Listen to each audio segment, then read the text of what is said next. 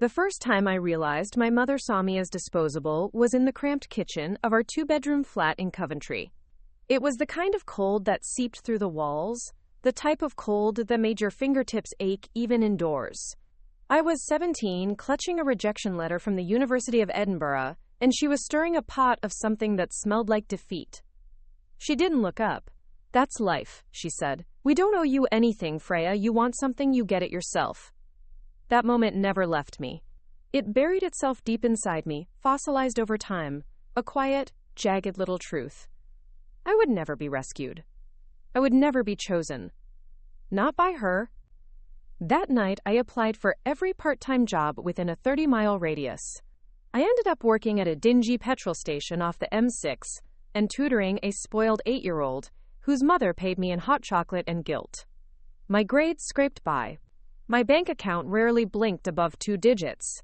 And I did it all while Mum and her boyfriend Graham watched telly in the living room like the walls weren't crumbling. Years later, standing in the exact same kitchen, nothing had changed, except me. Mum sat at the table in a bathrobe that looked like it had survived 3 wars. Her ashtray was overflowing. The wallpaper was peeling from damp. But the thing that made my stomach tighten was the envelope in her hand. Thick, white, official. "They said the mortgage has to be in your name," she said. I stared at her. "What? Graham's credit is shit, and mine? Well, it's not good either." She shrugged.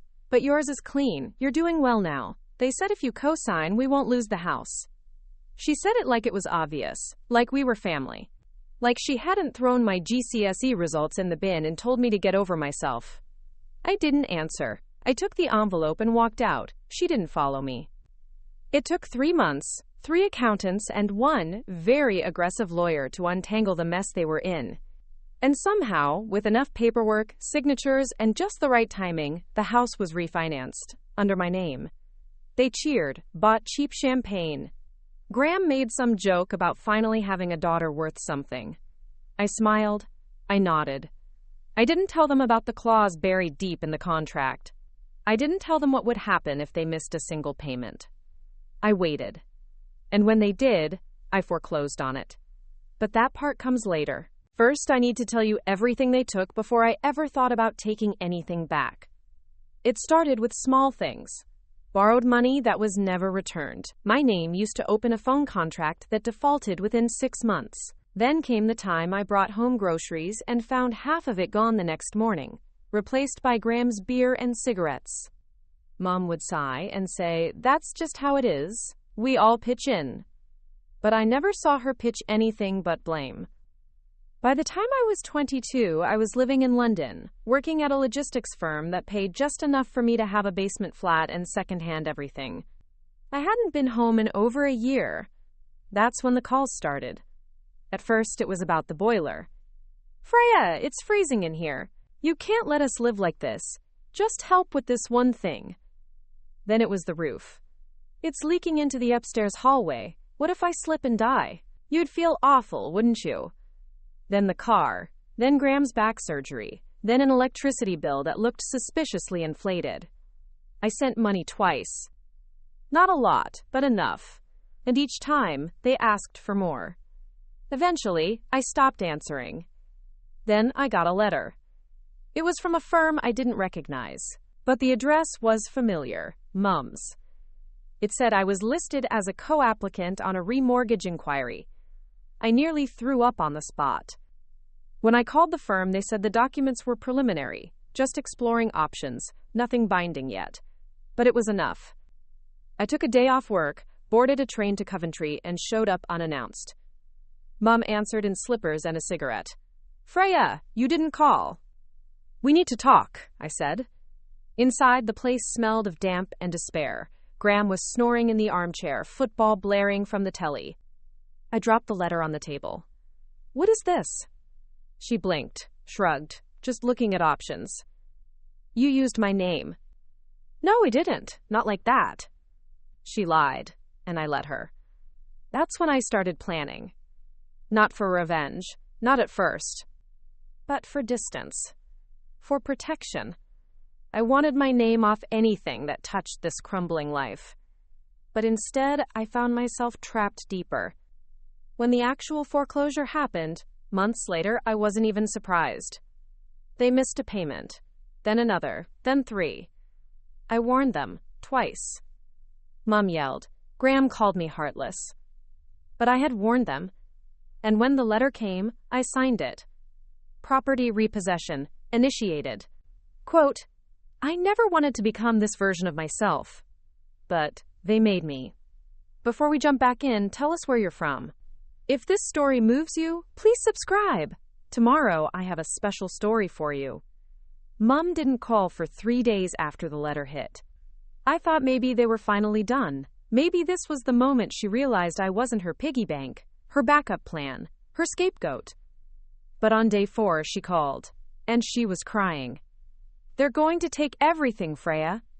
I stood in the kitchen of my tiny flat, the kettle screaming behind me, and I said nothing. Because I had no idea what to say. Because a part of me, an ugly, bitter part, wanted them to lose it all. And then she said, you don't have to do this. Please, don't let them throw us out. That part of me, the cold one, the calculating one, flickered, but it didn't vanish. You did this, I said, quietly. She sniffled. I didn't think you'd actually go through with it. Of course not. Because Freya was the good one, the one who never said no, the one who worked herself sick to patch over their mistakes. I ended the call, not with anger, not with a scream, just silence. And for the first time, I felt power. But it didn't last. A week later, I got a call from a man named Terrence. He said he worked with Midlands Property Enforcement. I thought it was a scam until he quoted my legal name, address, and the file number tied to the mortgage. He was polite, too polite. We just need you to confirm access for the appraisal inspection. I almost laughed. Confirm access? They were kicking out my mother. My mother, who despite everything, had raised me, who had kept me alive when I was a colicky baby, and Graham was too hungover to help. I'll meet you there, I said. He paused. Are you sure? Most owners prefer not to be involved. I was sure. Because I needed to see it. The fall. I took the morning train, dressed in plain jeans and a navy coat, my boots thick with the grime of a London winter. The streets of Coventry hadn't changed. Same uneven sidewalks, same boarded-up shops, same graffiti on the old bus shelter near the library where I used to read alone. The house looked smaller than I remembered. The garden overgrown, one shutter hanging sideways like it had given up years ago. I knocked. Mom answered in pajamas, her hair pulled into a messy knot, eyes red. You? Me? How dare you bring them here? You brought this here. Quote. Behind her, Graham stumbled into view, shirtless, scratching his belly. He squinted at me, like seeing me sober was a novelty. Great, the golden goose. More like the butcher, Mom muttered. Terrence arrived exactly on time, clipboard, smart suit, neutral expression. Miss Walters? Yes. He gave Mom and Graham one quick look, then nodded. Let's begin? They didn't follow. They didn't try to stop him. Just stood in the doorway, watching as he documented the mold in the ceiling, the cracked tiling, the rusted taps. Has the wiring ever been updated? He asked. I shook my head. Not since the 90s, maybe earlier. He scribbled something down. They'll likely deduct the cost from auction profits. Auction. That word made it real. When we reached my old bedroom, I stopped. He went in first, but I didn't follow. The posters were gone, the mattress stained, the curtains drawn. That room had been my universe. Now it was a cell. This one stays locked till the eviction, Terrence said. They'll get 48 hours notice. Standard process. I nodded. Outside, Mom had a cigarette in her mouth and her arms crossed. Graham was pacing, muttering about blood and ungrateful brats.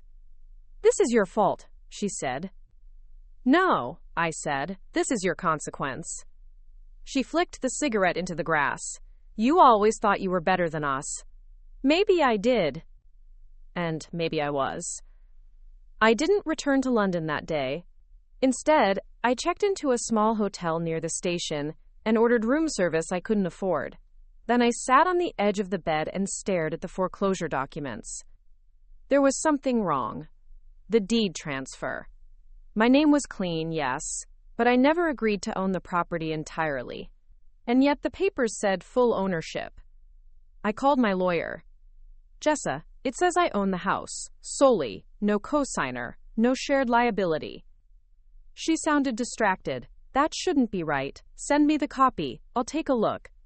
I sent it, waited. At midnight, she called back. Freya, this isn't a refinance. This was a title transfer. You bought the house. I went numb. No, I didn't. Then someone used your signature. Forgery. I remembered the documents Mum gave me. The ones she insisted were just standard refinance forms. The ones I signed in that same kitchen because she cried and said it was her last chance. She'd transferred the house to me, which meant I didn't just initiate foreclosure. I foreclosed on property that was mine. I owned the house. I was evicting her from my own home. I didn't sleep. The next morning, I went back. She opened the door like she'd been expecting me. Come to gloat? I came for answers. Too late. You signed it. It's yours. I stared at her. Why? Because you owe me. She said it with venom, with conviction. I carried you. I fed you. I let you live here. You exploited me. She smirked. Same difference. Graham cackled from the sofa. Legal genius, your girl. Didn't even know she bought the place. I turned to leave. She called after me. Where are you going now? To change the locks. Her laughter followed me down the path. But I didn't waver. Not anymore. The locksmith arrived 2 days later. Terrence supervised the process. Mum and Graham were given formal notice. 48 hours to vacate. And when the day came, they weren't ready. They shouted, screamed, threatened lawsuits. But the bailiffs did their job. I stood across the street, not to watch them suffer, to watch myself survive. And just as the final box was thrown into their car, Mum locked eyes with me.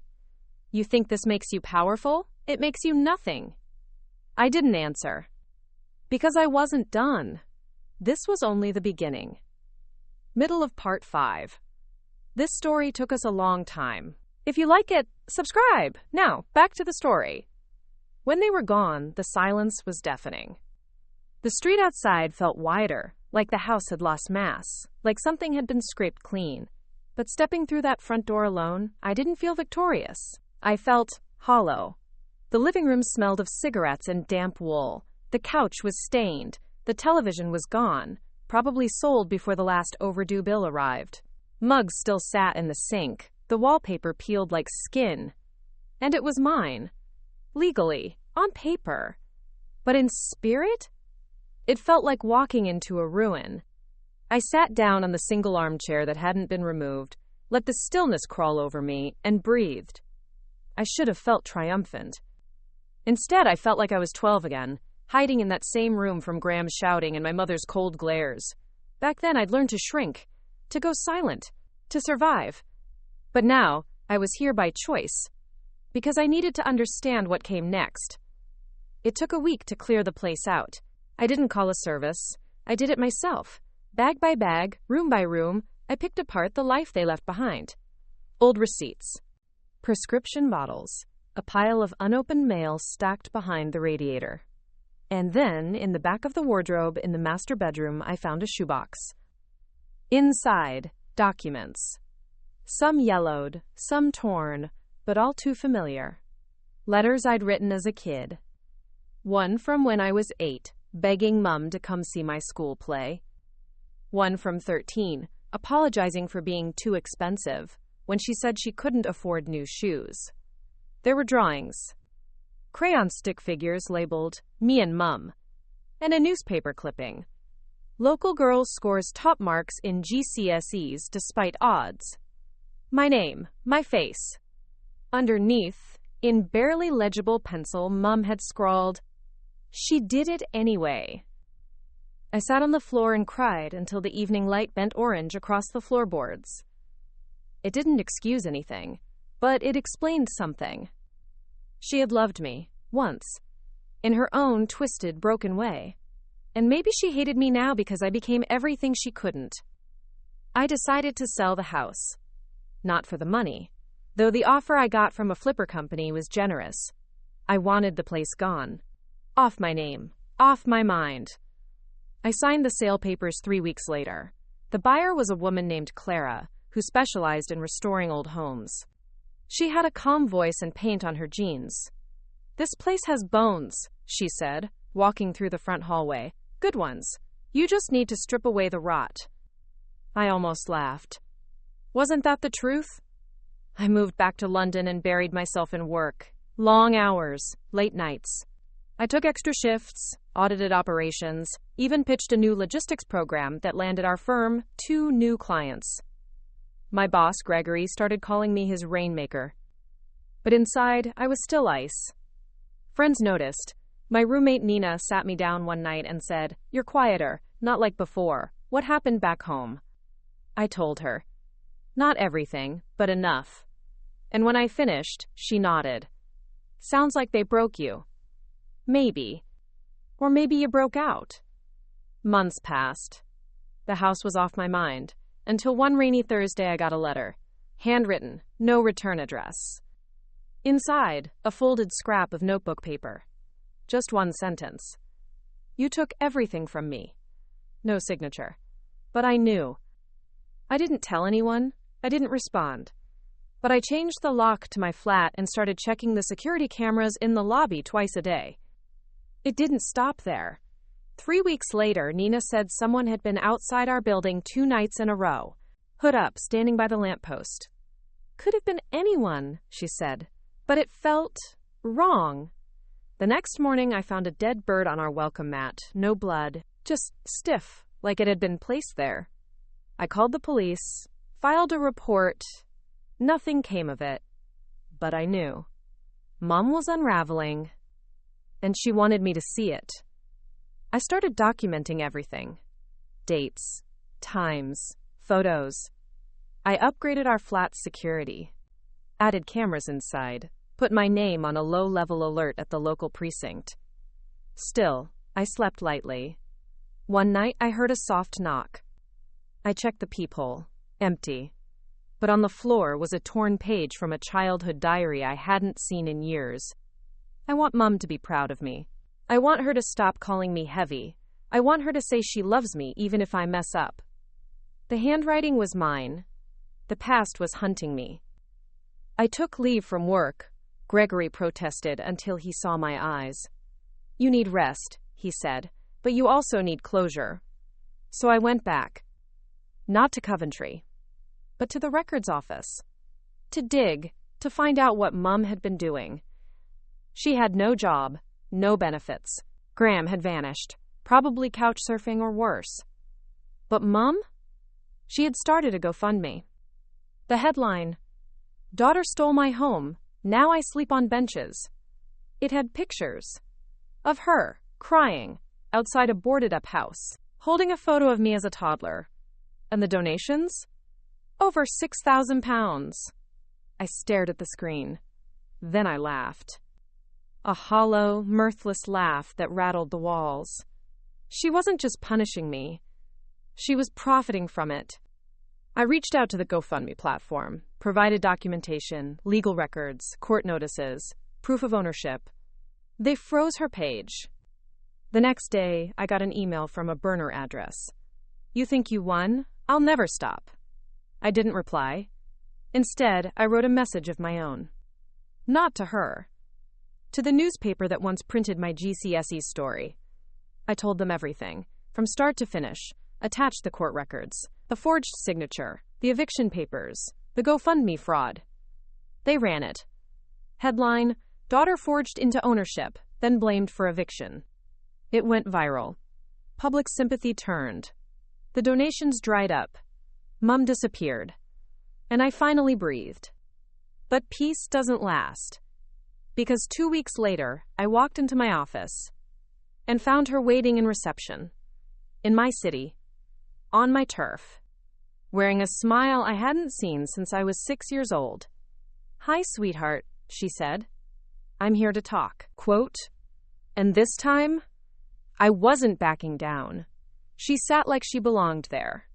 Her coat was old, fraying at the sleeves. Her face was thinner, eyes bloodshot, but her posture held that same steel-spined defiance she'd worn since the day I was born.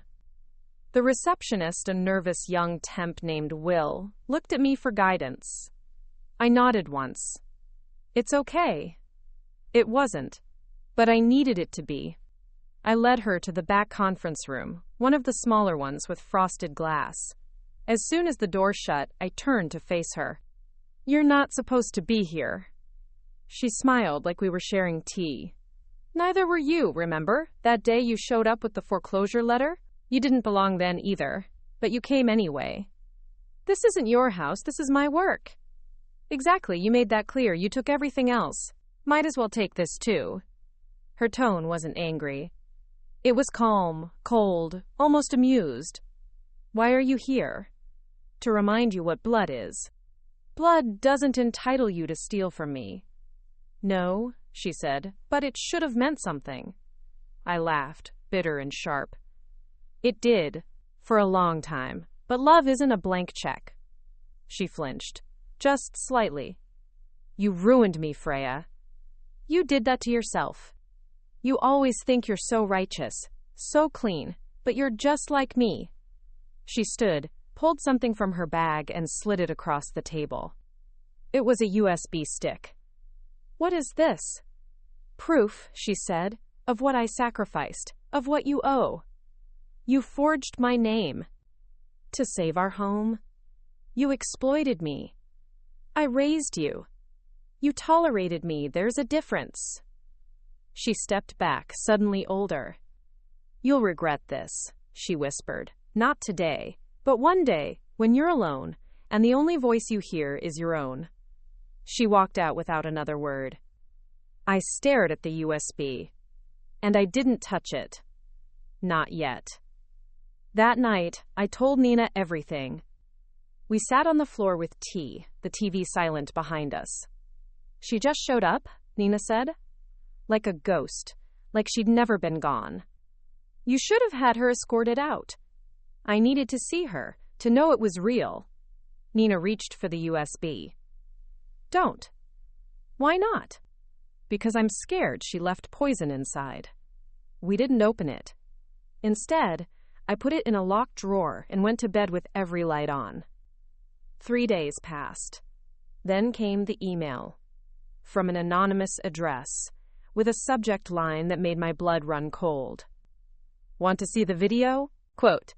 The message was short. "Your mother's gone viral, again." No link, no details. Just the threat of exposure. I opened the drawer, plugged the USB into my laptop. There were 3 files. *video_2005, *audio_recording_2019, *Frey_confession.txt. I clicked the first. The video was grainy, time-stamped March 2005. It showed me, 10 years old, sitting on the floor of our old living room, playing with building blocks. Mom was behind the camera, narrating. "She builds and builds, she doesn't stop. Maybe someday she'll build a life that's not here." I had no memory of it. But hearing her voice like that, soft, proud, it was like watching a stranger. I clicked the audio file. Her voice again, older, bitter. "She thinks I'm the villain, that I never loved her. But I did, I just didn't know how to show it. And by the time I learned, she was already gone. Already someone else." I stopped it halfway. The text file was last. I opened it.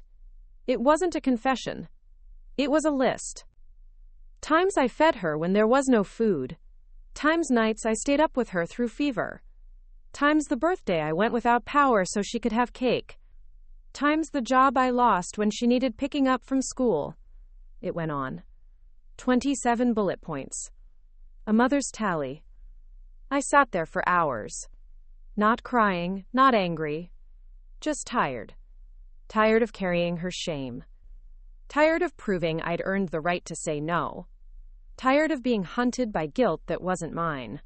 So I made a decision. I called a lawyer. "Can I issue a no-contact order?" She said yes if I had enough documentation. "What about an injunction? She's harassing me. She's showing up uninvited."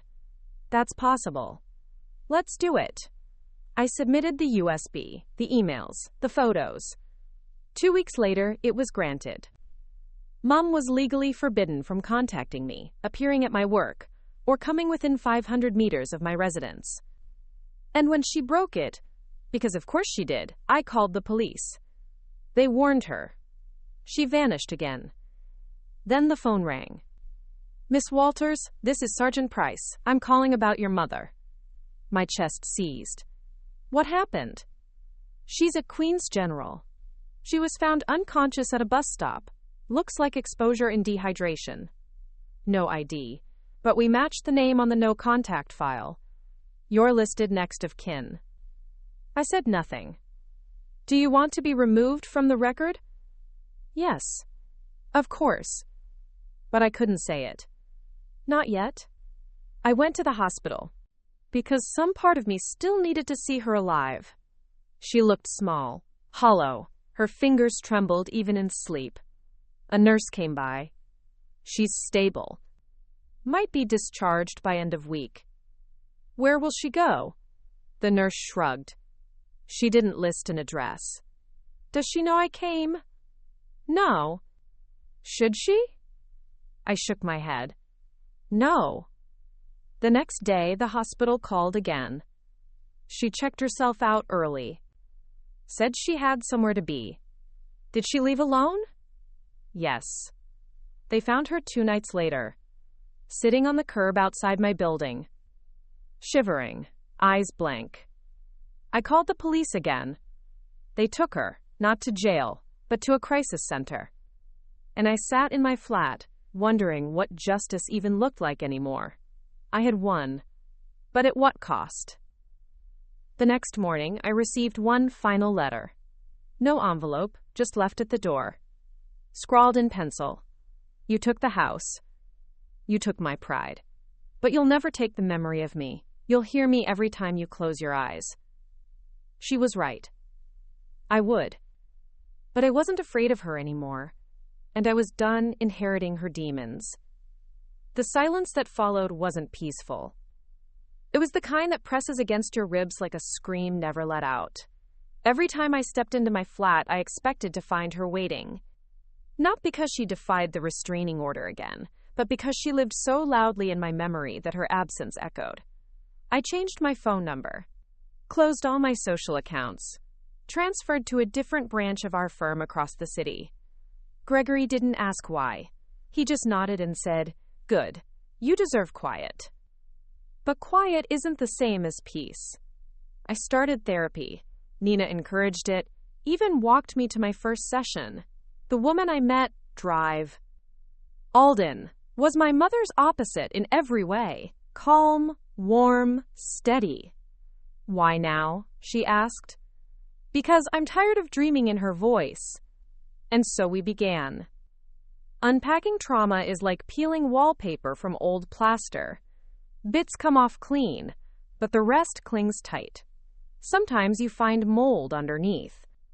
I told Dr. Alden about the house, the foreclosure, the forged documents, the USB. I told her about the bird left at my door, the diary page, the woman in the hospital bed who looked like she used to be my mother, and I told her the thing I couldn't tell Nina. Sometimes I miss her, even now, even after everything. Dr. Alden didn't flinch, didn't judge. She just said, "That doesn't make you weak, it makes you honest." Quote, "My life, slowly, began to take shape again. I started drawing after work, not for anyone else, just for me. Black ink on white paper, stark lines, clean spaces. It calmed me. Then one evening, a woman from the crisis center called. 'We're reaching out to family. Your mother has been placed in a supported accommodation unit. She's doing better. Why are you calling me?' She put you as emergency contact. Again. Remove me. Permanently. Understood. But she also asked us to give you something. No. She said you'd say that. But she wanted you to know, it's just a letter, that's all. I paused. Where is it? We can post it, or destroy it, your choice. I chose the first. Because sometimes closure doesn't arrive on your terms. The envelope arrived in plain brown paper, no name. Just my address in block letters. Inside, 1 page. Handwritten. Freya. I don't expect you to read this. I don't expect forgiveness. But I want you to know, I see now, I see the damage. I see you. I didn't know how to mother. I was afraid. Of the world. Of myself. Of you. Because you were better than me the moment you took your first breath. I confused control for love. And resentment for truth. But the truth is, I failed. And I can't fix it. But maybe you can be free if I say it clearly. You owe me nothing. Not anymore. Tom's mom? I stared at it for a long time. Then I put it in a drawer with the USB. Not forgiven, not forgotten, but acknowledged. Because that was the first time she ever said those words. You owe me nothing. It took 6 months before I stopped flinching at unexpected knocks. It took a year before I stopped checking the cameras daily. But eventually, I woke up one morning and realized I hadn't thought about her in weeks. I was at peace, until the solicitor's letter arrived. It came in a thick white envelope, addressed to me by name. Subject, estate proceedings, Deborah Walters. She had died. I read the letter twice before sitting down. A small estate of personal belongings remains. As sole legal heir, you have the right to claim or refuse. I didn't know what to feel. She was gone. The war was over. But I wasn't sure if I had won anything. I went to the estate office, a quiet building on the edge of town where silence clung to the walls. Miss Walters? This way, please. I was led to a back room. A small cardboard box sat on the table. That's all, the clerk said. You can take your time. Quote, inside. Times a worn scarf I recognized from childhood. Times a cheap phone with a cracked screen. Times a leather-bound notebook. Times and a photo, laminated, of me at age 5 holding a toy piano. The notebook was filled with entries, not daily, not even consistent. Just moments. Memories. Her memories. She got the part in the school play. I didn't go. She didn't ask why. She brought home a perfect score. I said it wasn't enough. She didn't cry, just nodded. She left and didn't come back. I watched the street for weeks. Page after page. A ghost's attempt at penance. I closed the notebook and tucked it into my coat. Later that week, Nina found me in the kitchen, staring out the window. You okay? Yeah, actually, I think I am. Want to talk about it? Not today, but maybe someday. She didn't press. She just poured 2 cups of tea. And we sat together, quiet. Whole. I took a deep breath. For the first time in years, it didn't catch on a memory. It flowed clean. I was free. This story took us a long time. If you like it, subscribe. Now, back to the story. Grief is strange. It doesn't always hit like thunder. Sometimes it seeps in like a draft. Quiet, steady, impossible to ignore. After the box from the estate office, I didn't cry. Not that day, not the next. But I started seeing her everywhere. In a woman on the train who tucked a fraying scarf around her throat, the same way Mom used to. In the way a cashier rolled her eyes when her teenage daughter grabbed the wrong loaf of bread. In my own face, one morning, half asleep in the mirror, the curve of my jaw, the hollowness beneath the cheekbone. No matter how far I thought I'd run, part of her had always followed. A month passed. Then 2. Spring crept in with soft winds and pale sun. Nina and I repotted the balcony plants, added fairy lights, rearranged the kitchen shelves. Life, in its quiet persistence, continued. Until one evening, I came home to find a padded envelope on the doormat. No return address. I turned it over 3 times before opening it. Inside, a key and a note. One more piece. I promise it's the last. DW. The handwriting was neat, unfamiliar. Not Mom's, but the initials. DW. I called the crisis center. Did my mother leave anything else in your care? Not to our knowledge. She didn't mention a key. I pressed. Eventually, someone confirmed. Deborah Walters had a small storage locker. Unclaimed. Paid through to the end of the year. Where is it? A facility an hour outside the city, industrial, gated. I went that weekend. The woman at the front desk looked surprised when I gave the name. She had this for a long time, paid in cash, always on time. She handed me a clipboard, then led me down a cold corridor. Unit 3B, take your time. I turned the key. The door creaked open. Inside, dust and history. There were only 5 boxes, each labeled in black marker. 1. Freya. 2. School. 3. Photos. 4. Letters. 5. Final. I sat on the concrete floor, hands trembling, and opened the first. Inside were baby shoes, report cards, a tiny sweater with a button missing, a lock of hair in a yellowing envelope. My entire childhood. The second box held certificates, drawings, old-school essays, a copy of my university rejection letter, folded carefully. She had kept everything. The third box. Photos. Hundreds.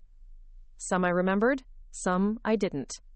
There was one of us together, me on her lap, both laughing, genuine, free. For a moment, I forgot everything she had done. The fourth box. Letters. Not to me, to herself. Each one dated. Today she left for London. She didn't say goodbye. I told myself it didn't matter. But it did. I saw her on the news. Promotion. Fancy new title. I wanted to call. I didn't.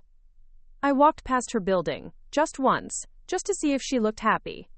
They went on. Regret pressed into every line.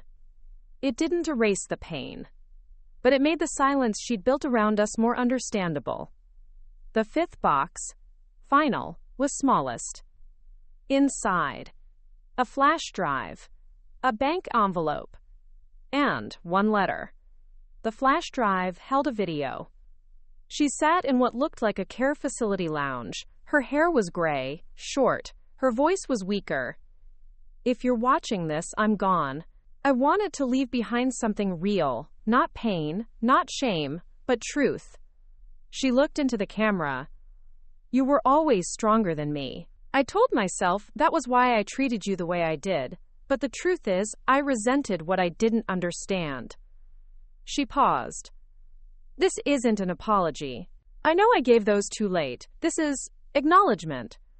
She reached forward, touched the lens. Live free, Freya. You've earned it. The bank envelope contained a cashier's check. £12,000. I stared at it like it might burn. There was no explanation.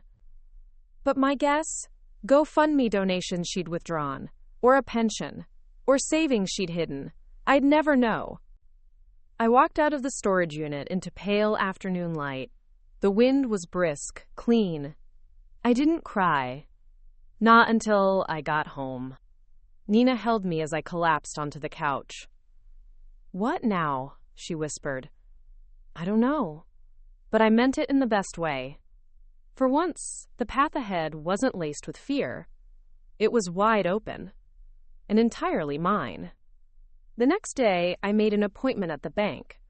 I deposited the check. Not out of greed, out of closure. Then I sat in a cafe and made a list. What did I want? What did I love? What would I build, now that I was no longer cleaning up her wreckage? I didn't know yet, but I was going to find out. And this time, no one was going to stop me. I didn't spend the money right away. I let it sit, untouched in my account, like a relic on display, visible but never disturbed. People asked if I was going to travel, or invest, or maybe finally move out of the city to somewhere quieter. But I didn't want to move. Not yet. I wasn't running anymore. Instead, I focused on rebuilding, not the kind that needed bricks or paint, but the internal scaffolding I'd ignored for years. The emotional spine. The story I told myself about who I was. Therapy helped, but it wasn't everything. What surprised me was how much healing came from the ordinary. Morning walks before work. Cooking meals that didn't come from a microwave. Saying no without guilt. And drawing. Always drawing. One day, Nina caught me sketching on the back of a receipt. "You should do something with those. They're just scribbles." "No, Freya, they're stories." She was right. My art was filled with silent narratives. A woman holding her own umbrella in a downpour. A girl stitching up her own heart. A shadow slowly stepping into sunlight. I started posting them anonymously. Within a month, people noticed. A message came in. "Your work made me feel seen." Then another. I cried when I saw the girl by the mirror. "That's me. That was my mum." The account grew. I didn't put my name on it, not at first. But eventually, I did. Because I wasn't hiding anymore. It's strange how opportunity finds you once you make space for it.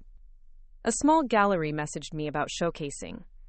Just a corner. Just 3 pieces. I almost said no. I didn't feel ready. Didn't feel like I deserved it. But then I remembered the notebook in the storage unit. Her regrets. Her missed moments. And I said yes.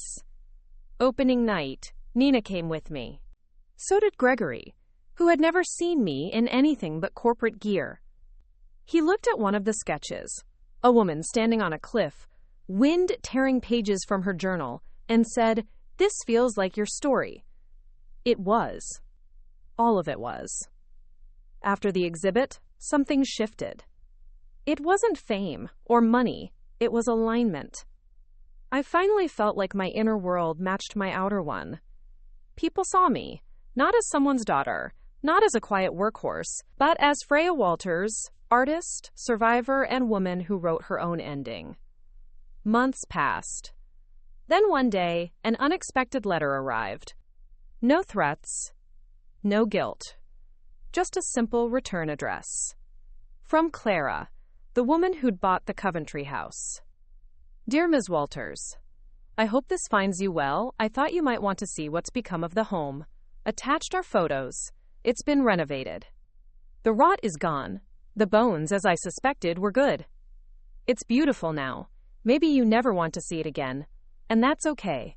But I wanted you to know it's whole again. Warmly, Clara Davies." Attached were 3 photos. New paint, new roof, a garden blooming where weeds once ruled. The window to my old room open, sunlight spilling in. I cried, softly, quietly. Not for what was, for what could be. Later that evening, I took a train out of the city. Not to Coventry, just to somewhere green. I stood under a sycamore tree, sketchbook in hand, and drew the house from memory. But this time it had flowers in the window, curtains drawn wide, and no shadow at the door. That night I wrote in a journal, "Forgiveness doesn't always mean reunion.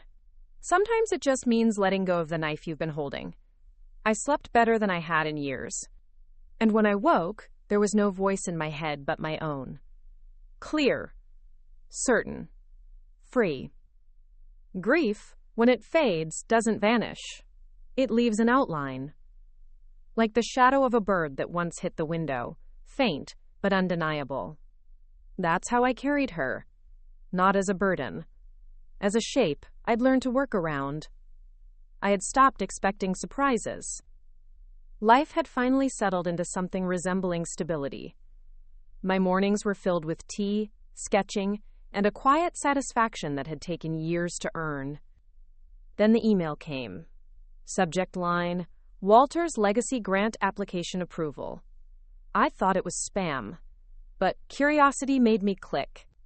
The body of the message was short. Dear Freya, we're pleased to inform you that your application for the Walters Legacy Grant has been approved. This award includes full funding for your upcoming project proposal, as well as a 6-month studio residency in Edinburgh.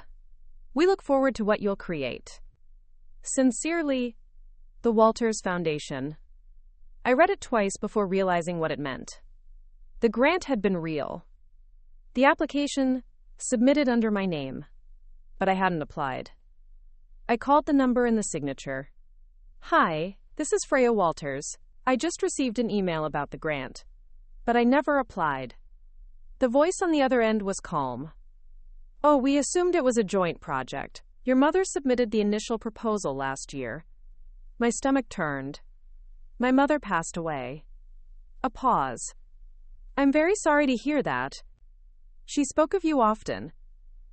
The proposal was for an art recovery and storytelling project centered on generational trauma. Your name was listed as the creative lead. I didn't know whether to laugh or cry. She said you wouldn't apply yourself, that you needed a push. I flew to Edinburgh the following week. Not because I was ready, because I needed to know what she'd done. The studio was in an old stone building near the Royal Mile, quiet, bright, with wide windows that let in the gray sky. The foundation had printed her proposal. Title: Daughters of the House, Healing Through Lineage. Description: an artist-led residency exploring what daughters inherit when silence is louder than love. She'd written about me. My drawings. My scars. She doesn't know it yet, but my daughter is telling a story we all need to hear. The 6-month residency was mine if I wanted it. No strings. No cost. Just space, materials, and time. I sat in the studio on my first morning, the city's breath fogging the glass, and whispered, "You never apologized in life, so this will have to do." And I began. The first month was silence. I stared at blank canvases, walked cobblestone streets, sat in graveyards, sketching stone angels and broken dates. But then the lines returned. A woman seated in a house built of paper. Another cutting loose the threads wrapped around her wrists. Each piece carved a little deeper. Visitors came, curators, other artists, students, survivors. They left notes. I never knew anyone else felt this. Your work reminded me of my grandmother. Thank you for showing the hard parts. Quote. By month 4, I was preparing for the closing showcase. A solo exhibition. 15 works. All mine. The gallery buzzed. Posters went up around town. Title: What She Left Behind. Opening night came fast. Nina flew up. Gregory sent flowers. Even Clara came, driving 5 hours just to say, I knew there was something in that house worth saving. The show was packed. Strangers stood in front of my work, eyes glassy. I heard murmurs of grief, recognition, release. But one moment stood out. A woman, mid-50s, weathered but elegant, stood before a canvas titled Inheritance. In it, a girl held a suitcase made of broken mirrors. She turned to me. My mother died without ever saying sorry. I've carried her silence for 20 years, but tonight I think I can put it down. She pressed my hand. Thank you, and walked away. After the exhibit, I sat alone in the gallery. Every piece told a truth I had once been afraid to speak. Now they lived on walls, lit by spotlights, witnessed by the world. I opened my journal, wrote one line. She left me broken. I built myself honest. 2 weeks later, I received another letter from the Walters Foundation. Dear Freya, we've established a permanent residency program based on your work. We'd like you to serve as its first director. The focus: generational healing through art. You'll mentor others, guide them, help them speak. I accepted. Not for her. For every daughter like me. Because the cycle only ends when someone names it. And I had. Loudly. With color. With courage. With truth. The director's office was small. 2 windows, 1 battered armchair, a desk that creaked if you leaned too hard. But it was mine. A plaque with my name rested on the door, freshly carved, heavy in its simplicity. Shukra Freya Walters, Artistic Director, Walters Foundation Residency Program. There was something about seeing it that hit deeper than any gallery show or viral post. This wasn't just survival. This was a legacy. And it bore my name. The first group of residents arrived in late autumn, 6 women. Different backgrounds, different battles, each carrying their own version of grief. There was Anya, who painted doors she was never allowed to open. Sophia, whose father's silence made her doubt every word she spoke. Layla, who drew only in black until the 3rd week, when a stranger smiled at her sketch and she added a single streak of red. They didn't know what to expect from me. Most assumed I'd be a curator, a behind-the-scenes organizer. But I made one thing clear from the beginning. I'm not here to fix you. I'm just here to hold the space. You'll do the rest. And they did. Every Thursday, we hosted open sessions. No structure, no pressure. Just a room, music, canvas, ink. And sometimes, tears. One evening, Sophia whispered, "I thought I was over it. Turns out, I'd just buried it." I nodded. Sometimes we have to unearth the wound before we can let it scar. They began sharing. Stories that had never seen light. Journals never read aloud. Drawings they once tore up in shame, now displayed proudly in the community gallery. And with each offering, they took something back. Dignity, voice, hope. A few months into the residency, I received a parcel. No sender. Just a carefully wrapped canvas. When I peeled back the paper, I gasped. It was one of mine. From years ago, before the gallery, before the grant, before Edinburgh. A sketch of a girl curled in a chair, arms around her knees, watching a storm from the inside of a house with no roof. Taped to the back was a note. "You gave this to a friend. She gave it to a shelter. I found it there. I don't know who you are. But this drawing stopped me from doing something final. I just wanted you to know. You mattered. Even then." I sat with the canvas for hours. Not because I was sad. Because I was grateful. This was what healing did. It rippled. The next residency cohort brought new voices. One young woman, Talia, had survived an abusive foster system. She painted only in reds and oranges. Fire. Rage. Rebirth. When she completed her final piece, a towering 6-foot canvas of a phoenix rising from a charred bed frame, she turned to me and said, "I didn't know I had this in me." "You did," I said. "You just needed someone to witness it." She hugged me, brief, fierce. I didn't flinch. Not anymore. In the spring, I returned to Coventry. Not for long, just a day. I walked past the old house, now painted pale yellow. Window boxes overflowing, kids' chalk drawings on the pavement. It was unrecognizable. And I loved that. Because it meant the story had turned. Not erased. Rewritten. I left a note in the mailbox. "This house carried 1,000 shadows. Thank you for bringing it light. -FW. Then I walked away. Head high. Back at the studio, I started a new piece. Not about her. Not about the past. About me. A woman walking through a door made of glass. Transparent, breakable, but real. Because that's what healing looked like. Not armor, but openness. Months later, a letter arrived from the BBC. They wanted to feature the residency on a series about community healing through the arts. "We'd like to film your workshops, interview your artists, tell the story of how trauma can be transformed." I hesitated, not because I was afraid, but because I needed to be sure it wouldn't distort the truth. After a long call with the producer, I agreed. With one condition. You don't tell my story, you tell theirs. The segment aired on a Sunday evening. I watched it alone, wrapped in a blanket, tea cooling beside me. Footage rolled. Paintbrushes dipped in color. Hands trembling over charcoal. Laughter in the studio kitchen. And at the end, a voiceover. They came broken. They left seen, not saved, witnessed. The camera panned across the residency walls. There, in the center, hung one of my earliest works. The girl inside the house. But this time, the roof was whole. I didn't cry. I smiled. Because this was it. The life she never gave me. The one I built anyway. The morning after the BBC segment aired, my inbox flooded.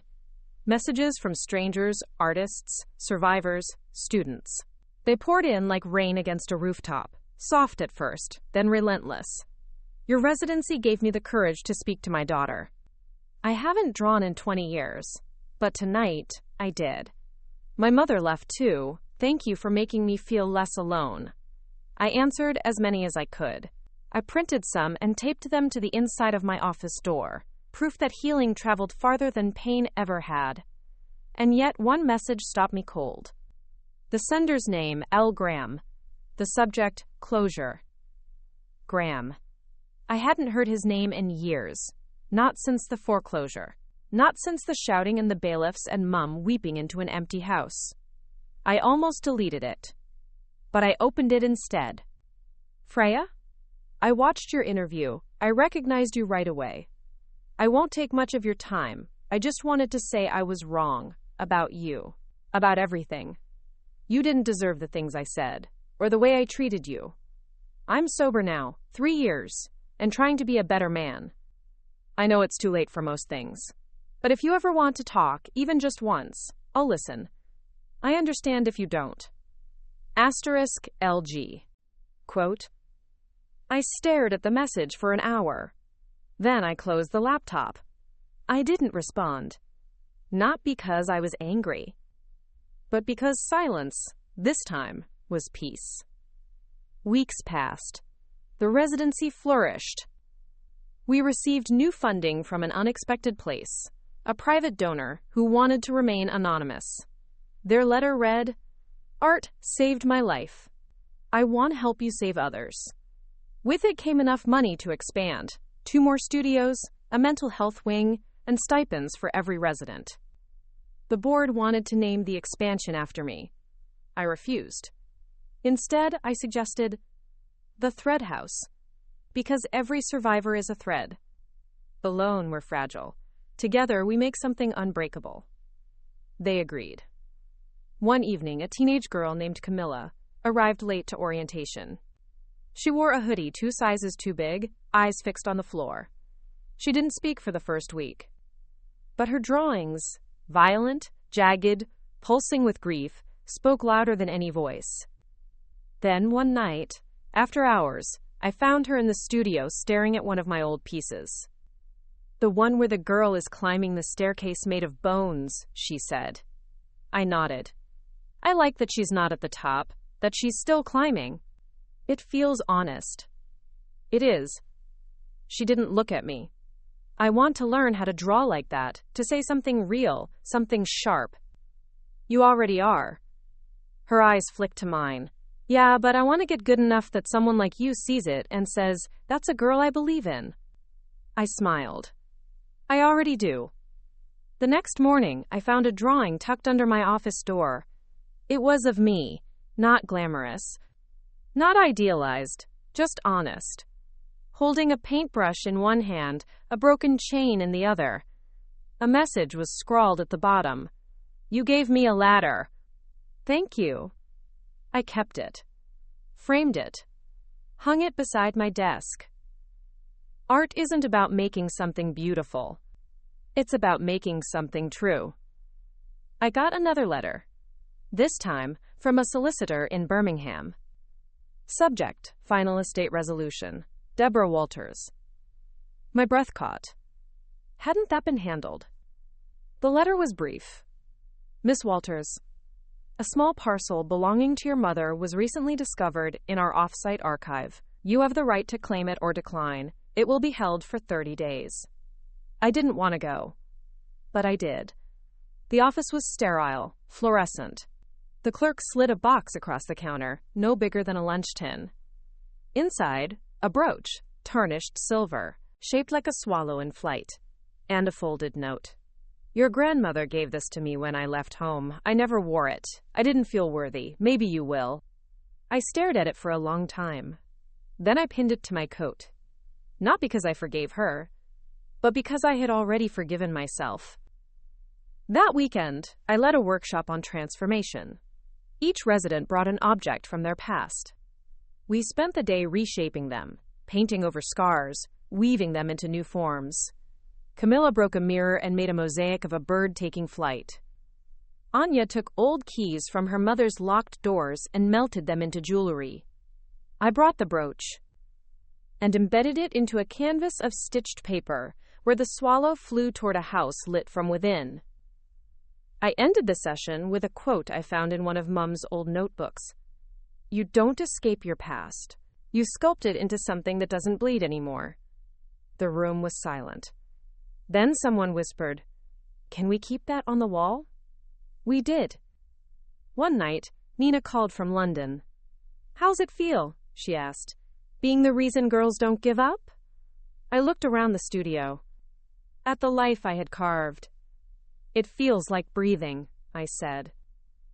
Camilla's piece, the mirror mosaic, ended up in the gallery's permanent collection. Not because she asked, because everyone who saw it stopped. There was something about it, the jagged glass, the reflection it threw back, the bird, pieced together from fragments of something once shattered. It wasn't just a story. It was a witness. And when she stood beside it, presenting her work for the first time to a room full of strangers, she didn't fidget. She didn't look down. She stood tall. My foster mom used to say I was broken beyond fixing, she told them. I guess she was half right. I was broken, but I fixed myself. Silence followed.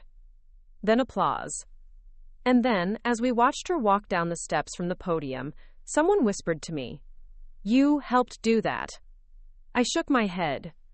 No, she did that. I just made sure the door stayed open. The residency received a new wave of applicants. This time, not just from the UK. Letters came from Berlin, Dublin, Johannesburg, Vancouver. Women, young and old, who had seen the BBC piece, who had read about Camilla's story, who had felt that bone-deep ache of inherited silence and said, I want to speak too.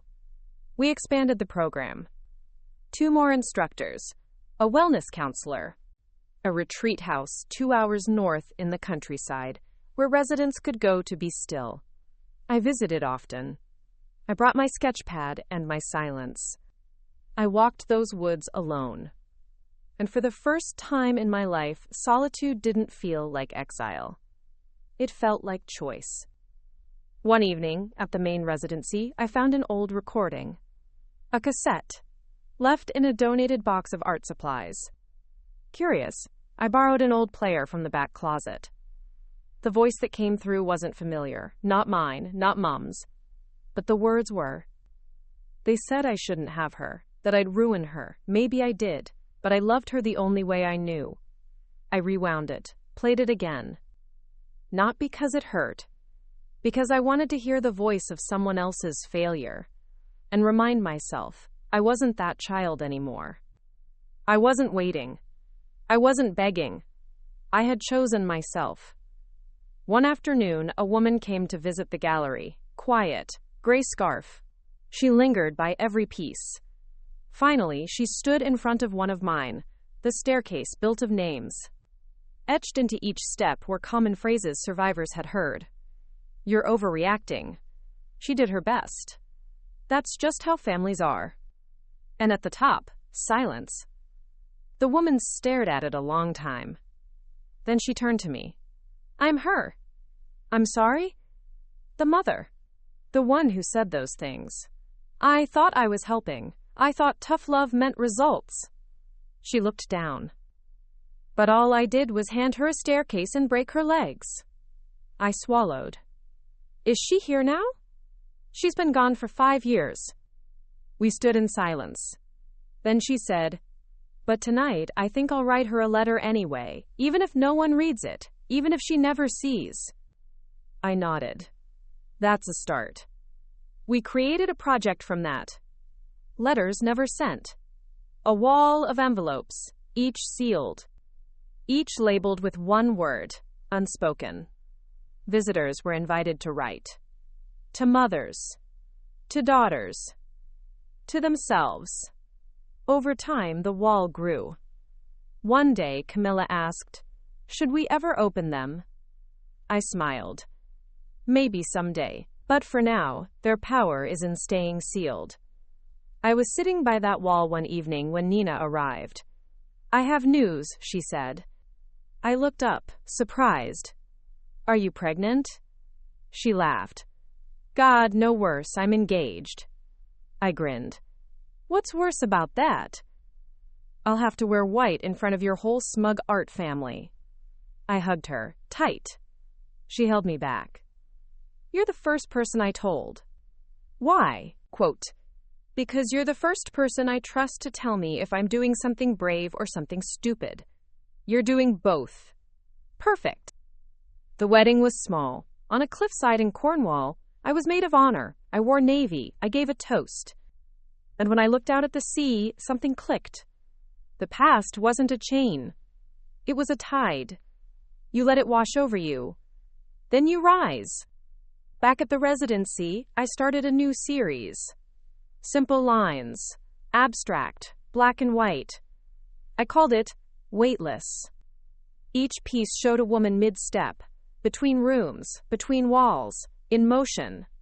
Because healing wasn't a place. It was a direction. Man. We had a new artist join us, a sculptor named May. She didn't speak for the first month, just built things out of wire and stone. Then one morning she left something at my door. A small figure, a girl, hollow chest, arms made of ladders. A note beneath it.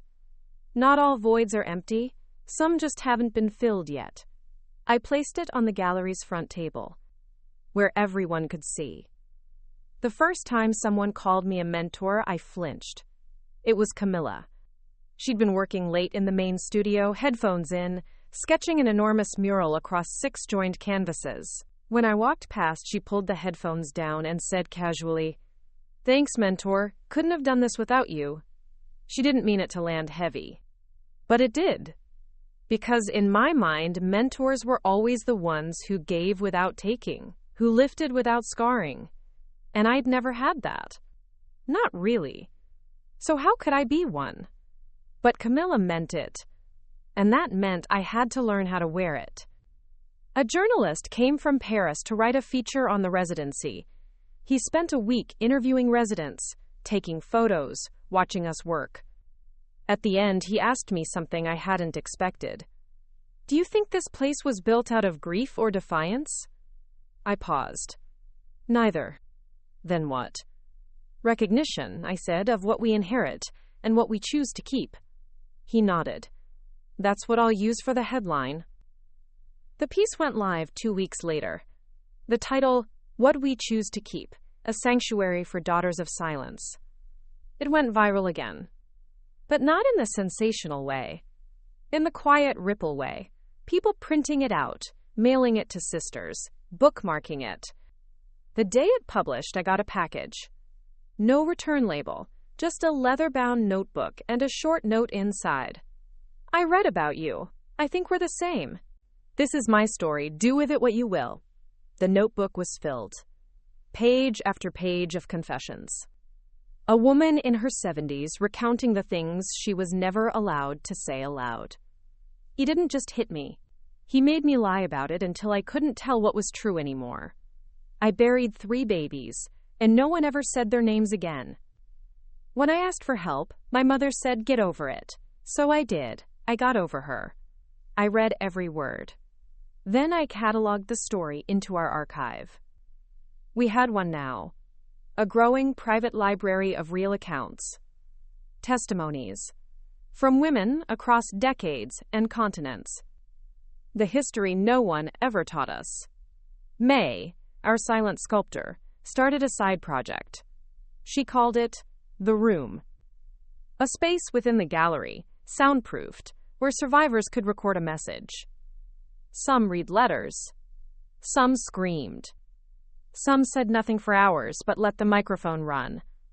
It wasn't for publication, not even for each other, just for release. Just to exist. She mounted headphones to the gallery wall, where visitors could choose to listen to one anonymous entry each week. The impact was immediate. People walked out changed. One teenage boy wept in the hallway, said he hadn't realized how deep it went. Another woman clutched the headphones and whispered, "That was me, that was me." May just watched it all from the back, arms folded. Never spoke. She didn't need to.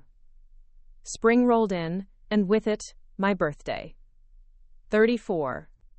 Nina drove up from London with cake and old college photos. "You used to be so angry," she said, flipping through them. I was. But you never stopped moving, not even when it hurt. Maybe because it hurt. We toasted. To starting again. To choosing softness. To survival that looked like art. Later that week, I got a letter from the Coventry Council. Due to community nominations and your ongoing contributions to artistic rehabilitation, the Council has approved a commemorative installation in your honor. Location, Greywillow Park. Title, The Thread Bench. I almost declined. But Nina said, let them honor you, not because you asked, but because you never stopped. So I said yes. They unveiled it on a warm Saturday. A carved wooden bench under a sycamore tree. A brass plaque read, "In honor of every daughter who built a new story from silence." People gathered, some I knew, some I didn't. Camilla came. May nodded from a distance. I stood in front of the plaque and read it again and again. And then I sat, for a long time, just sat, watching children run. Birds settle. Sun cut through leaves above me. I thought of Mum, and didn't flinch. I thought of Graham, and felt nothing. I thought of Freya, little Freya, and I smiled, because she had made it, not untouched, but unbroken. The first snow of winter dusted the studio roof like powdered sugar. Inside, it was warm, dim light pooling across scattered canvases, the quiet hum of space heaters tucked in corners. I walked the hall before opening, alone, like I always did, a ritual. The gallery was silent, but not empty. It never felt empty anymore. Every piece on the wall whispered something back, and every shadow in the corners had a name. I started a new series. It didn't have a title, just a question. What do we do with the things we were never given? I painted. A girl lighting a birthday cake with her own breath. A woman braiding her own hair with strands of silver hope. Knife. A child dragging a suitcase up a hill, laughter blooming in her wake. They weren't sad. They weren't angry. They were becoming. Mine. One day, I walked into the wellness wing and found Camilla leading a group. No one had asked her to. She'd just begun. She read from her journal. Then she said, "Now, someone else. Doesn't matter if it's messy. We're not here to be perfect. We're here to be honest." They followed her. And afterward, when I passed her in the hallway, she said, "I get it now, why you stayed, why you never walked away from this." I didn't answer. She already knew. A grant arrived from the EU Creative Healing Initiative. Enough to fund a mobile program, van, supplies, part-time staff. We called it Threads on Wheels.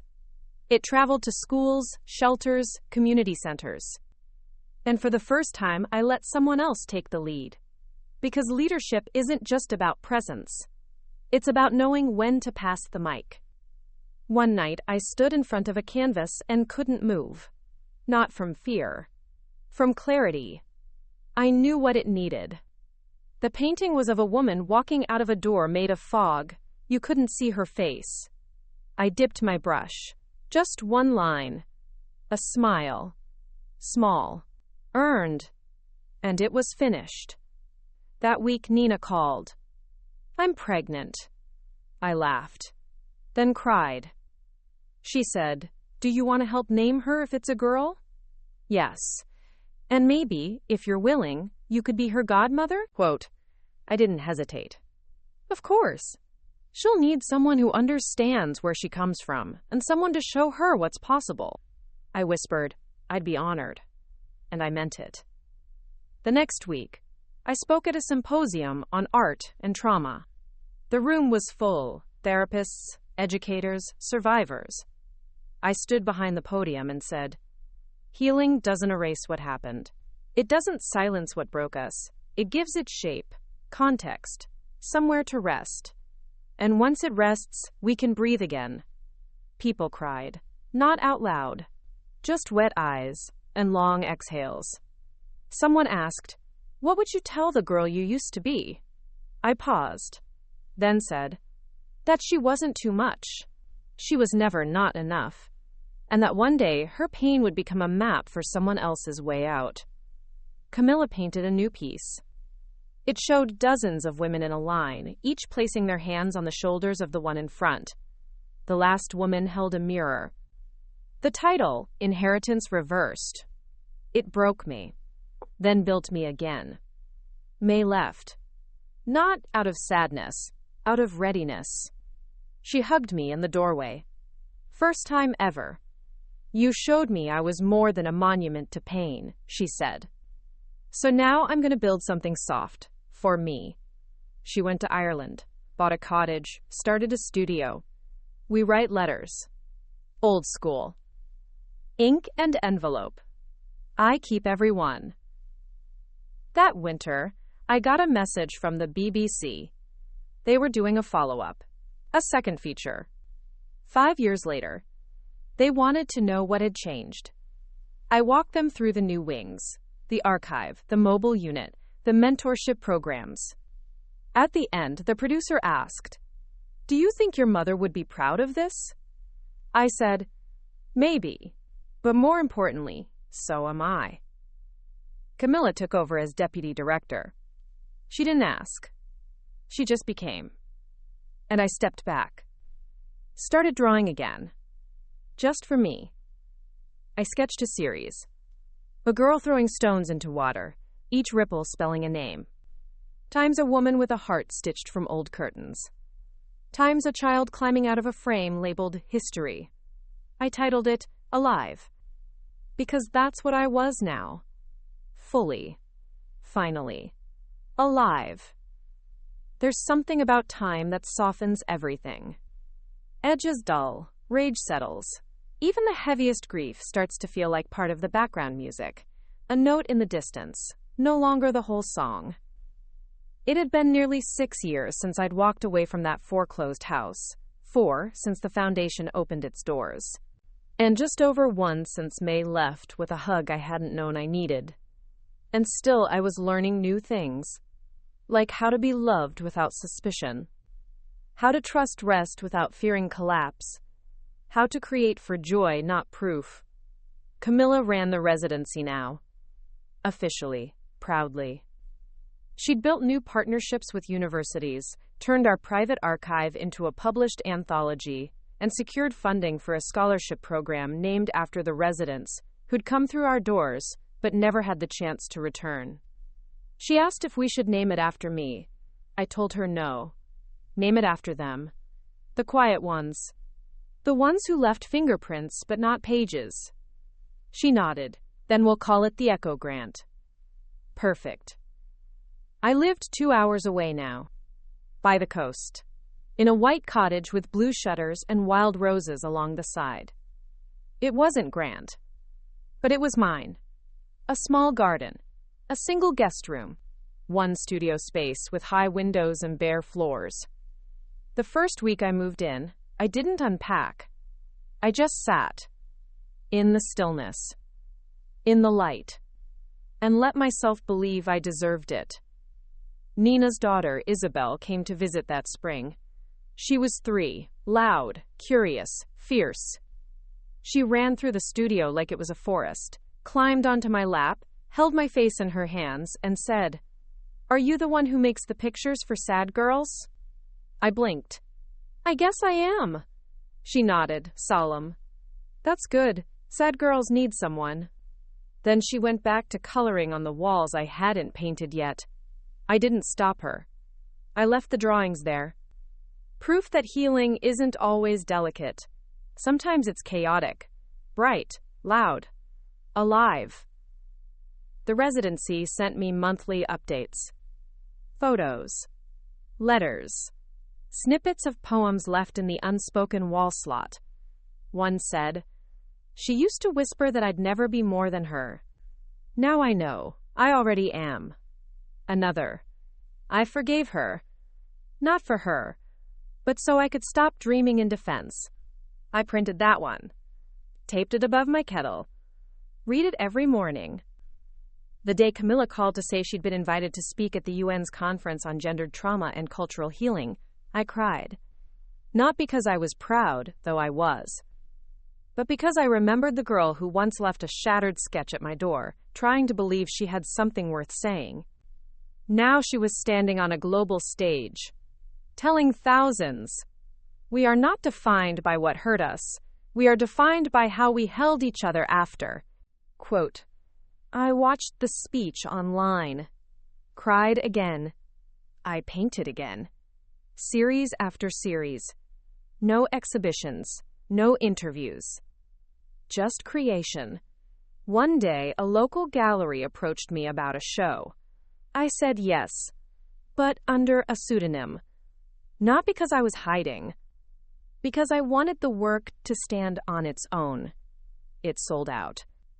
One piece in particular, girl on the roof of her former house, laughing. A woman bought it for her daughter.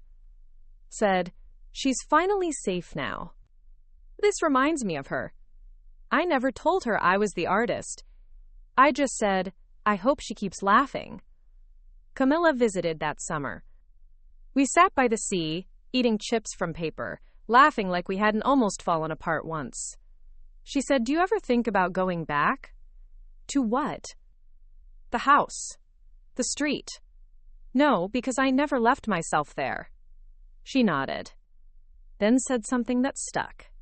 Sometimes, the bravest thing we do is grow so far beyond our pain that it can't find us anymore. A letter came addressed to the girl who left the house behind. No return address. Inside, I knew your mother years ago. We were in group therapy together. She talked about you a lot, not always kindly, but always constantly. She said you were the only thing she ever got partially right. Just thought you should know.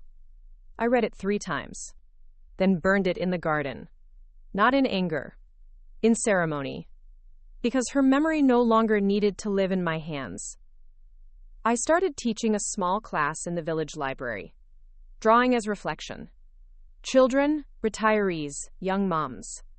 We didn't talk about trauma. We talked about lines, curves, light. But some mornings, I'd find poems in the scrap bin. Some nights, I'd get an email that said, "Thank you, that class made me feel real again." Life didn't become easy, but it became honest. Soft where it used to be sharp. Rooted where it used to be untethered. I slept without locks on the door. I walked without rehearsing escape routes.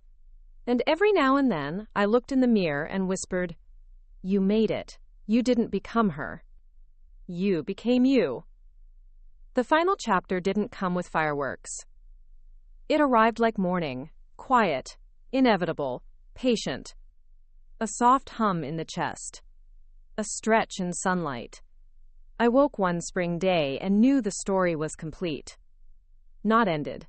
Complete. One store. Camilla took the foundation global. She partnered with organizations in Brazil, South Africa, and Vietnam. We co-authored a book about healing in art. It reached number 2 on the UK nonfiction list. But more than that, she became what I never had growing up. Visible. Unapologetic. A map for others. Pant. Nina gave birth to a son, Julian. He had his mother's wit and my eyes, oddly enough.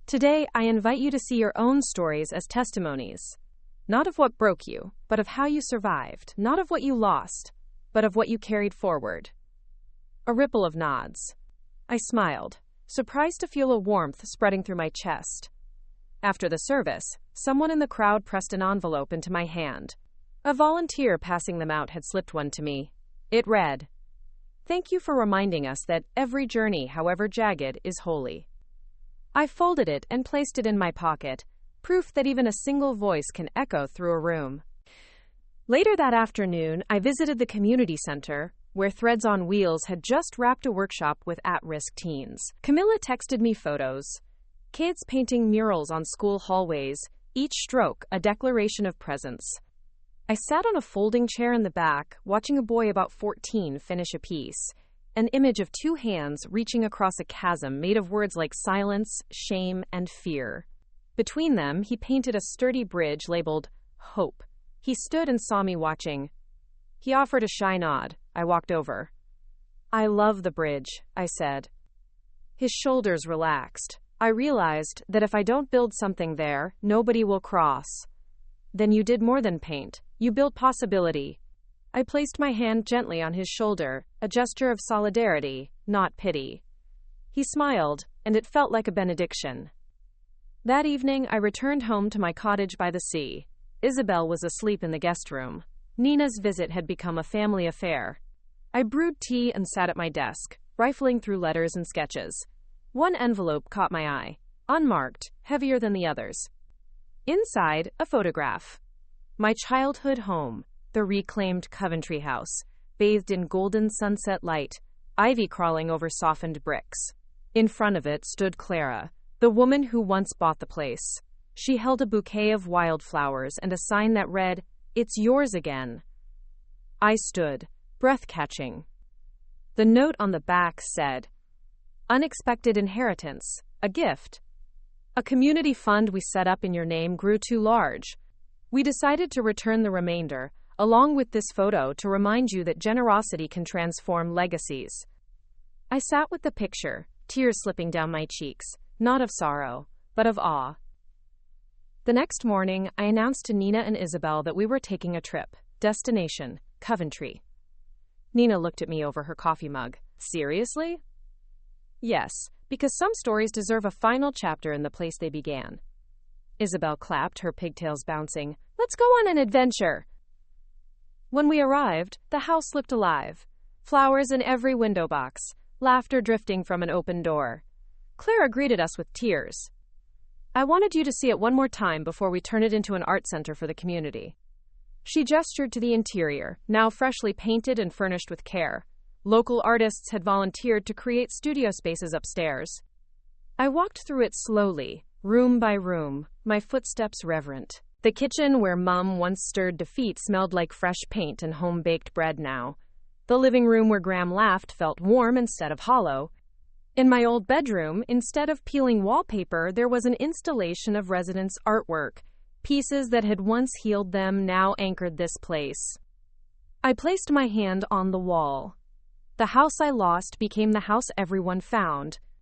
And in that moment, I understood what real inheritance meant. Not what you take, but what you leave behind that transforms others. Back on the porch, I handed Clara the envelope of remaining funds. "This is yours now," I said. "Use it to grow the center. Keep adding rooms, keep filling walls." She nodded, voice thick. "Just like you did." I hugged her. Then turned to Nina and Isabel. "Time to head home. But remember, the story lives wherever we carry it."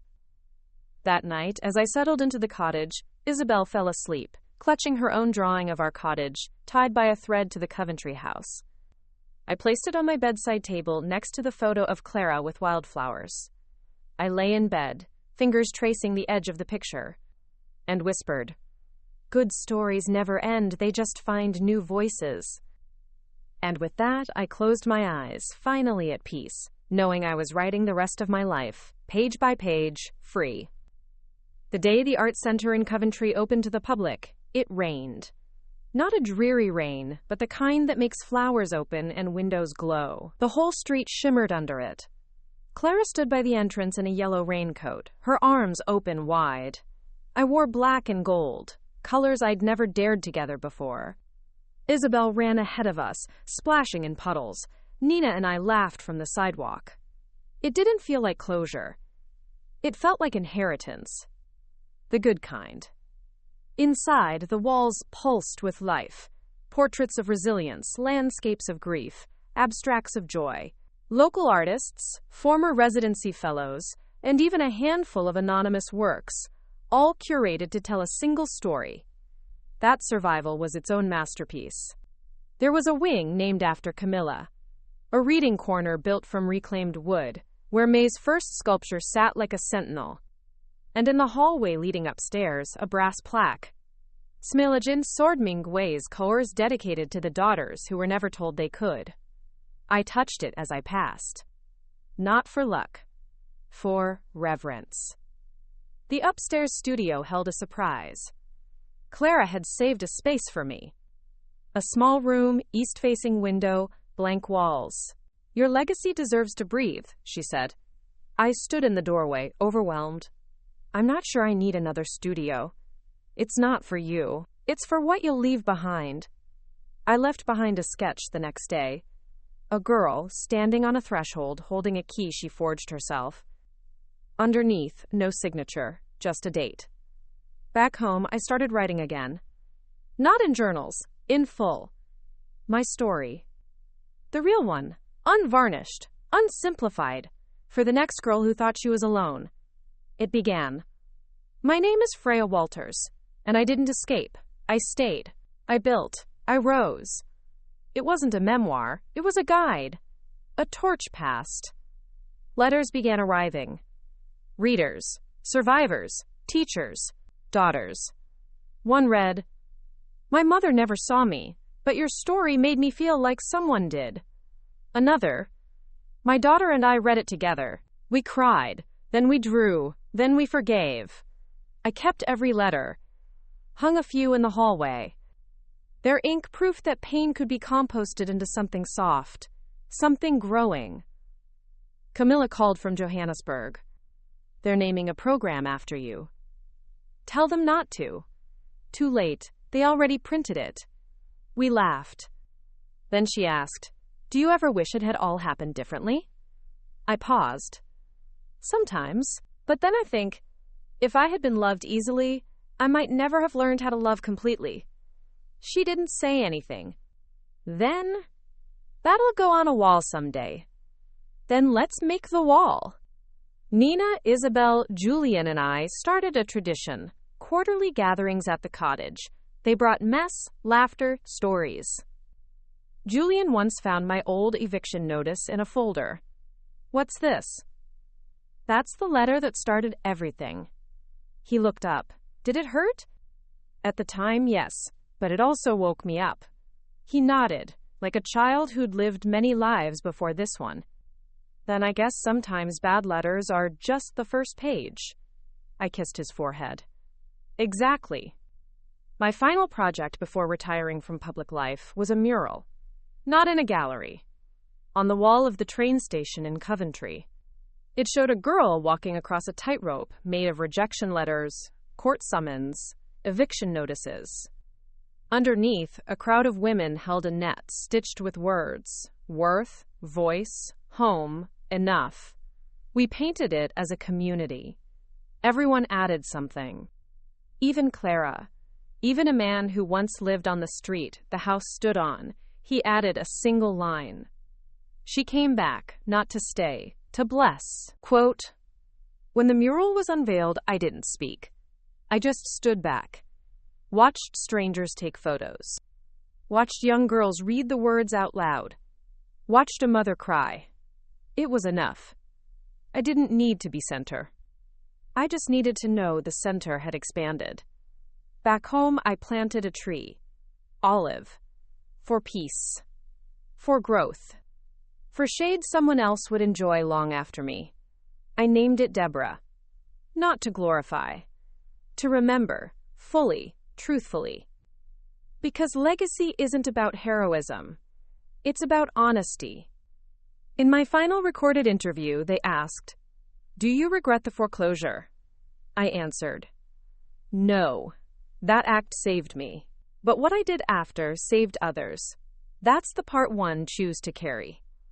That night, I sat on the porch with a cup of tea, wind moving through the garden. Isabel had left a crayon drawing on my table. It showed a house with hearts in the windows. She'd written, "This is what I think you mean when you say healing." She was right.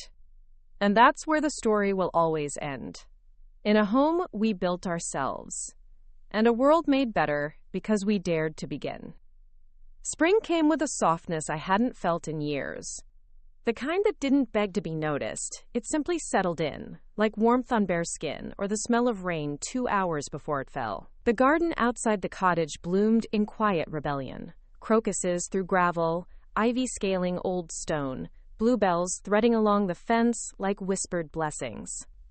I spent my mornings barefoot, tea in hand. No rush, no wait, just time. Time to write. Time to be. Time to live unafraid. The book I had once feared writing was now in its 3rd edition. It wasn't a bestseller. It was a truth-teller. And that was enough. Universities used it in women's studies programs. Shelters kept copies in their waiting rooms. A young reader mailed me a photo of her battered paperback, margins full of ink and underlines, the words, "I am not a consequence. I am a continuation." Framed above her bed, I wept. Not because it was beautiful. Because it meant I hadn't just survived. I had handed someone else a rope. I had Meph. Isabel grew. Into questions. Into wonder. Into a girl who once asked, "What happens when the story ends?" I'd been cooking, hands deep in flour. I turned to her, kneeling.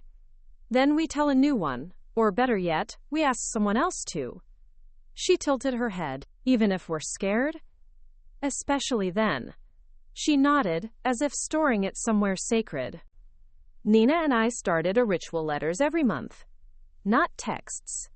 Not emails. Letters. Real ink, real weight, sometimes serious. Sometimes a doodle. Sometimes a sentence fragment that said more than a monologue ever could.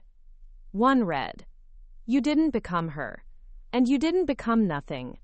You became the person who taught me what wholeness looks like." I pinned it to my mirror. Not for vanity. For proof. The cottage became a quiet legend. Writers came to stay, artists, grievers. No programs, no fees, just a place to exhale. The only rule, leave something behind. A poem, a stone, a thread. Camilla visited one last time before stepping down from the foundation. We sat on the porch, older, grayer, more at peace than we'd ever imagined at 25. She looked out at the sea and said, "I've made peace with the past. Now I want to make peace with stillness." "You've earned that." She smiled. "We both have." A documentary team visited that summer. They wanted to tell the full story. I said yes. But only if I could narrate it. And only if they included everyone. Not just me. May, Camilla, Clara, Nina, the kids, the artists, the ones who never came back but left fingerprints on our walls. The title was simple. Times asterisk, thread by thread, the legacy of Freya Walters, asterisk. I watched it alone. Then once again with Isabel. She held my hand the whole time. When the credits rolled, she looked at me and said, "It wasn't a sad story after all." "No," I said. "It was a hard one, but not a sad one." She leaned her head on my shoulder. "I want to write one like that too." "You will. And when you do, I'll be reading." The final letter came on my 65th birthday. Hand-delivered. From the city council. They were renaming the Coventry Library after me. I laughed. Then cried. Then politely declined. Rename it after the woman who taught me to read, or the girl who stayed in school despite everything. I already have enough buildings. Instead, I asked them to fund literacy programs for teen girls. They said yes. That was the only monument I needed. On the last night of summer, I took one final walk along the cliffs. The wind was warm, the sky quiet. I left a stone on the edge of the trail, painted with a single word. Perdence asterisk begin. Asterisk. Because someone, someday, would find it. And when they did, I wanted them to know. They didn't have to carry the weight alone. The thread had already been tied. All they had to do was pull. 2 more great stories are next. Don't miss them. Subscribe and turn on notifications.